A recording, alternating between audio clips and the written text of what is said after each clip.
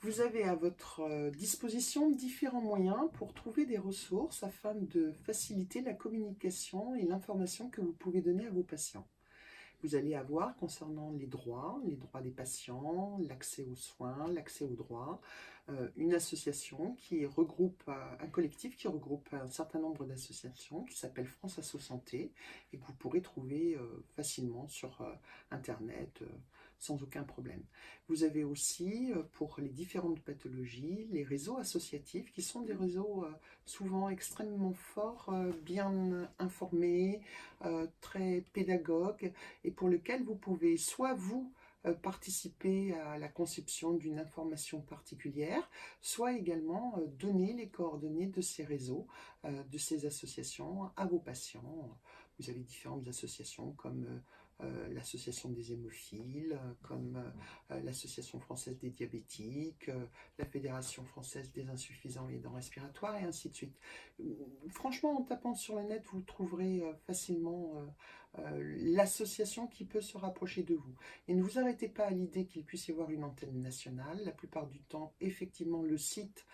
définit du siège social qui est un siège social national, mais les antennes en région existent. Et puis vous avez aussi un réseau que vous sollicitez parfois assez rarement, mais qui peut être très intéressant, qui est le réseau de vos collègues qui peuvent, dans leur pratique professionnelle, avoir monté au sein de leur maison de santé un programme d'éducation thérapeutique, une information donnée sur une pathologie, les soirées débats que certaines fois je co-anime avec d'autres patients et qui permettent effectivement aux médecins de se sentir peut-être un petit peu moins seul dans la prise en charge d'un patient vivant avec une pathologie et plus particulièrement avec une pathologie chronique, et puis également qui permet aux patients, à l'usager, d'avoir un certain nombre d'informations sur le sujet. Voilà pour les ressources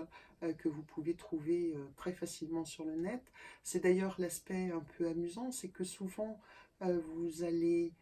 avoir une défiance vis-à-vis des informations que les usagers vont pouvoir aller recueillir sur le net. Eh bien, sachez par exemple que dans mon association, nous faisons des ateliers co-animés avec des médecins afin d'aider les patients à trouver la bonne information sur les sites internet, sur les bons documents, auprès des bonnes associations, auprès des bons professionnels, et on les aide comme ça à avoir un regard critique sur l'information qui est donnée au niveau de leur maladie. Et puis vous avez naturellement comme ressources des ressources bibliographiques qui peuvent être intéressantes pour celui qui veut aller encore un peu plus loin, et puis différents relais qui peuvent se mettre en place autour de votre pratique, autour de votre cabinet, soit par le biais des municipalités, soit par le biais, comme je disais tout à l'heure, de vos confrères.